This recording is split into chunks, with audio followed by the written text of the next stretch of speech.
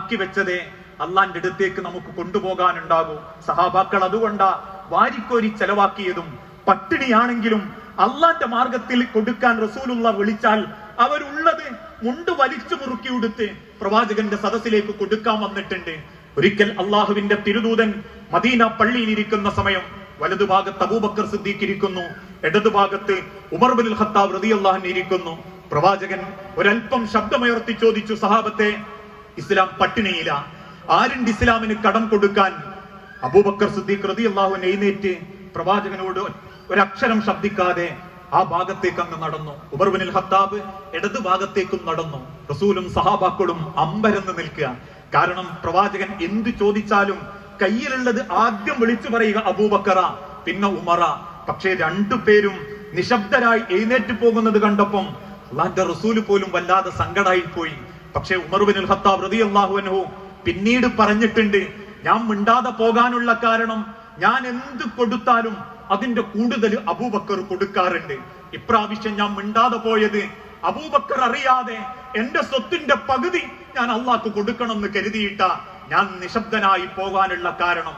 വീട്ടിൽ ചെന്ന് തന്റെ പകുതി സ്വത്തെടുത്ത് അള്ളാന്റെ പ്രവാചകന്റെ മുൻപിൽ വന്ന് റസൂലുള്ളാന്റെ നേരെ അത് നീട്ടുമ്പം വലതുഭാഗത്തെ ഇരിപ്പിടത്തിൽ തലകുനിച്ചിരിക്കുന്ന അബൂബക്കർ സിദ്ദീഖിനെ നോക്കി ഉമർ ബിൻ ഖത്താബ് റസൂലിനോട് പറഞ്ഞു, റസൂലേ, ഉമറിന്റെ പകുതി സ്വത്ത് അല്ല തന്നത് അള്ളാഹ്ക്ക് തന്നെ തിരിച്ചു കൊടുക്കാൻ തീരുമാനിച്ചിട്ടുണ്ട്.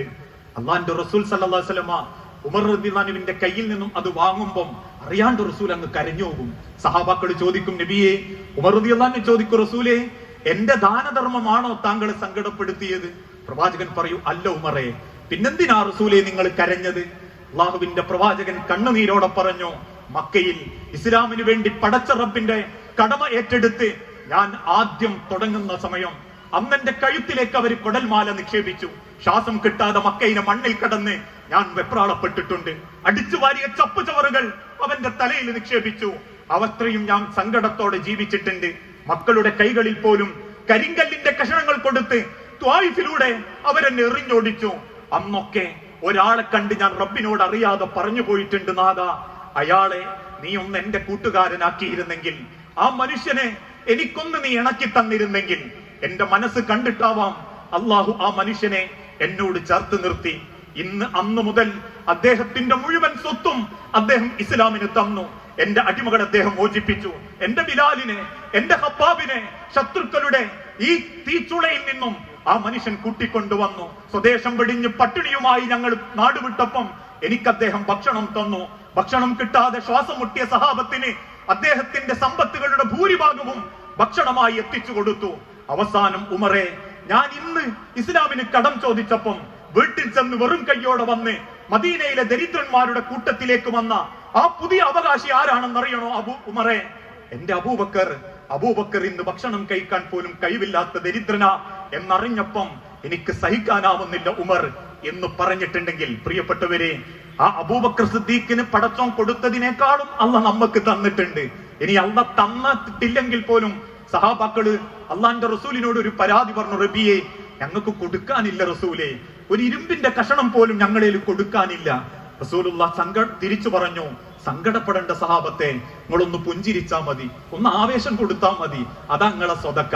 ഇന്നും മാറി ഇന്ന് കുറ്റം പറയുന്ന ആളുകൾ, അല്ലെങ്കിൽ ഒരു നല്ല കാര്യത്തിന് മുടക്കം വരുത്തുന്ന വ്യക്തികൾ, ഇല്ലാത്ത കഥകൾ ഉണ്ടാക്കി എല്ലാത്തിനും കുത്തിത്തിരിപ്പുണ്ടാക്കുന്നവർ മതപ്രബോധന രംഗത്തും ദീനീ രംഗത്തും കൂടിക്കൊണ്ടിരിക്കുകയാണ്.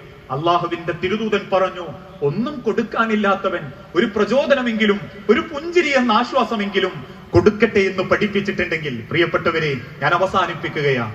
ഓരോ പ്രദേശത്തും അള്ളാഹുവിന്റെ വെളിച്ചം എത്തുക എന്നുള്ളത് ഈ ദുനിയാവിൽ ഇന്ന് നമ്മളോട് ആരും ചോദിച്ചിട്ടില്ലെങ്കിലും നാളെ അള്ളാഹുവിന്റെ ഖബറിൽ, നാഥന്റെ മഹ്ശറയിൽ എന്നോടും നിങ്ങളോടും റബ്ബ് ചോദിക്കും, അതുജാഹിദൂന ഫീ സബീലില്ലാഹി ബിഅംവാലികും വഅൻഫുസികും, നിന്റെ ശരീരം കൊണ്ടും നിന്റെ ധനം കൊണ്ടും അള്ളാന്റെ മാർഗത്തിൽ നിനക്ക് എന്ത് ചെയ്യാൻ സാധിച്ചു എന്ന് റബ്ബ് ചോദിക്കുമ്പോൾ എന്നെ കൊണ്ട് സാധിക്കുന്ന നിലക്ക് ഞാൻ സഹകരിച്ചിട്ടുണ്ട് റബ്ബേ എന്ന് പറയാൻ സാധിക്കണം. നമ്മളൊക്കെ എത്ര കാലം ദുനിയാവിൽ ജീവിച്ചു എന്നുള്ളതല്ല, ജീവിച്ചതൊരു കുറച്ച് കാലാണെങ്കിലും ആ കാലം കൊണ്ട് നമ്മളെ ഖബറൊന്ന് വെളുക്കാൻ, ഖബറൊന്ന് പ്രകാശപ്പെടാൻ നമ്മൾ പണിയെടുക്കണം. അതേ ഉണ്ടാവും നിങ്ങളെയും കൂടെ. ഈ ദുനിയാവിൽ ഞാൻ നേരത്തെ സൂചിപ്പിച്ചതുപോലെ വിശ്വാസം പല വഴിക്കും നീങ്ങിക്കൊണ്ടിരിക്കുക. അള്ളാഹ് വിശ്വാസം ഉണ്ട് എന്ന് പറയുന്നവർക്ക് പോലും അള്ളാഹിനെ സൂക്ഷിക്കാൻ പറ്റുന്നില്ല. അതുകൊണ്ടാ ഒരു ഭാഗത്ത് നിസ്കാരമുണ്ട്, മറുഭാഗത്ത് ലോണുണ്ട്. ഒരു ഭാഗത്ത് നിസ്കാരമുണ്ട്, മറുഭാഗത്ത് പണയം വെക്കലുണ്ട്. ഒരു ഭാഗത്ത് നിസ്കാരം നോമ്പുണ്ട്, മറുഭാഗത്ത് കുടുംബക്കാരായിട്ട് പിണക്കില്ല. ഒരു ഭാഗത്ത് നല്ല ഖുർആനോത്തുണ്ട്, വാ തുറന്ന നാട്ടുകാരെ പരിദൂഷണം പറയല. ഈമാൻ ഹൃദയത്തിന്റെ ഉള്ളിലെത്തിയിട്ടില്ല, ഉള്ളകത്തിലേക്ക് ആ വെളിച്ചം കടന്നിട്ടില്ല. ഇനി കുടുംബങ്ങളോ കൈവിട്ടുകൊണ്ടിരിക്കുകയാ.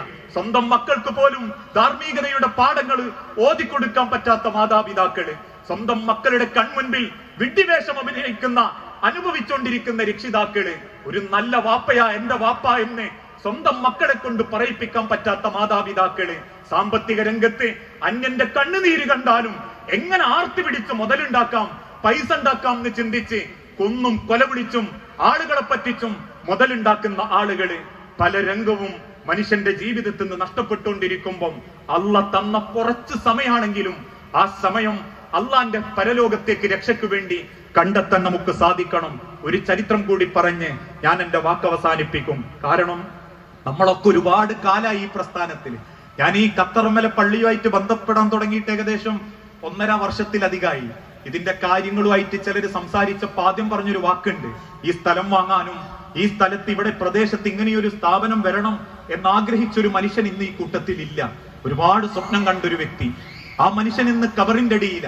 അദ്ദേഹത്തിന്റെ ഒരു ചിന്ത ഇവിടെ ഇത്രമാത്രം ഒരു മാറ്റത്തിന് കാരണമായിട്ടുണ്ടെങ്കിൽ, പ്രിയപ്പെട്ടവരെ, ജീവിച്ചിരിക്കുന്നവരെ, നാളെ ഈ തലമുറ നമ്മളോട് ചോദിക്കരുത്, അള്ളാഹിനെ മാത്രം ആരാധിക്കുന്ന ഒരു ചുറ്റുപാട് നിങ്ങൾ എന്തുകൊണ്ട് ഞങ്ങൾക്ക് തുറന്നു തന്നില്ല എന്ന് ചോദിക്കുന്ന ഒരു അവസ്ഥ വരാൻ പാടില്ല. അതുകൊണ്ട് തന്നെയാ ജീവിതത്തിൽ എത്രയാണോ നമ്മളെ കൊണ്ട് സാധിക്കുന്നത്, എല്ലാവരും മറ്റൊരാളെ കൊണ്ടേ മാറും. ഞാൻ പറയാറുണ്ട്, ഞാൻ മാറിയ പോലും മറ്റൊരാളെ കൊണ്ടാ. എടവണ്ണ ജാമിയ നദിബിയ എന്ന് പറഞ്ഞൊരു കോളേജ് പോലും എനിക്കറിയാൻ ഏതാണ്. താമരശ്ശേരി കൊയിലാണ്ടി ബസ്സിൽ കണ്ടക്ട് മാത്രമായി ജോലി ചെയ്യുന്ന വാപ്പാനോട് ആരോ ഒപ്പരം കണ്ടക്ട് പണിക്കിടയിൽ സൂചിപ്പിച്ചു, ഏതോ ചെറുപ്പക്കാരൻ, ഒരു അറബി കോളേജ് ഉണ്ട്, നിങ്ങൾ അവിടെ കൊണ്ടുപോയി ചേർത്തിക്കോളൂ എന്ന്. അന്ന് വരെ ഒരു അറബി കോളേജ് കാണാത്ത ഞാനും കേൾക്കാത്ത വാപ്പയും ഇന്ന് അവിടെ കൊണ്ടുവച്ച് ചേർത്തു.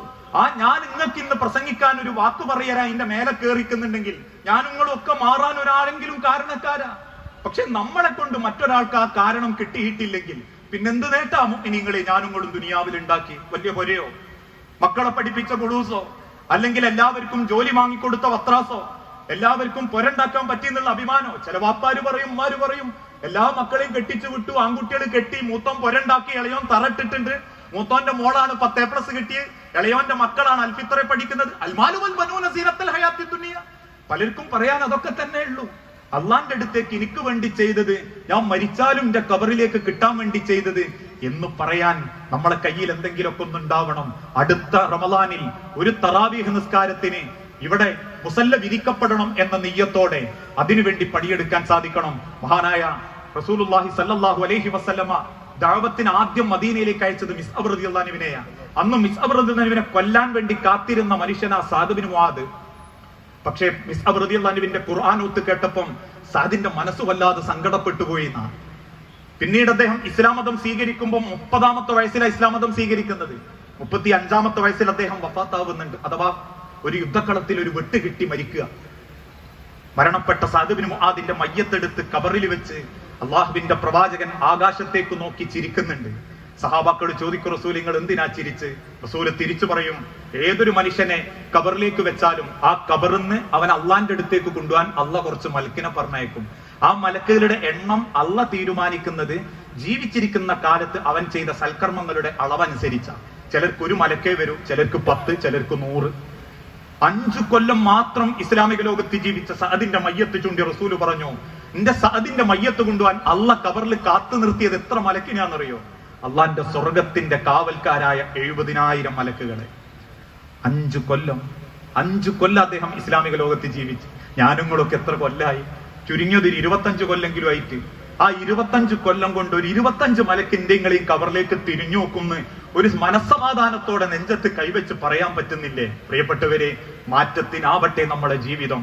നാളെ തോളിലെടുത്തവർ 6 അടി മണ്ണിൽ വെച്ച് സബ്ബിത്തുഹു ഇൻദസ്വാൽ അലൈഹിമുൽ ജവാബ് അല്ലാഹുമ്മ ജാഫിൽ ഖബ്റൻ ജംബൈ അല്ലാഹുമ്മ അഗ്ഫിർ ലഹു വറഹംഹു എന്ന് 10-15 മിനിറ്റ് നേരം ചൊല്ലി തിരിച്ചു വന്ന് കൈ വേഗം കഴുകി ഉള്ള കട്ടൻ ചായയും കുടിച്ച് വീട്ടിലേക്ക് മടങ്ങിയാൽ പിന്നെ കബറിനടിയിൽ ഞാനും നിങ്ങളും ഒറ്റക്കാന്നുള്ള ചിന്തയിൽ നിന്ന് തുടങ്ങണം നമ്മുടെ ജീവിതത്തിലേക്കും നാടിന്റെയും മാറ്റത്തിന് വേണ്ടിയിട്ടുള്ള നിയ്യത്ത്. അതിനാവട്ടെ ഈ ഒരു ഒരുമിച്ച് കൂടൽ അതിനൊരു പ്രചോദനവും നല്ലൊരു മാറ്റത്തിന്റെയും വെളിച്ചം വീശട്ടെ എന്ന് ആത്മാർത്ഥമായി പ്രാർത്ഥിച്ചുകൊണ്ട് വസല്ലല്ലാഹു അലാ നബീന അസ്സലാമു അലൈക്കും വറഹ്മത്തുള്ളാഹി വബറകാതുഹു.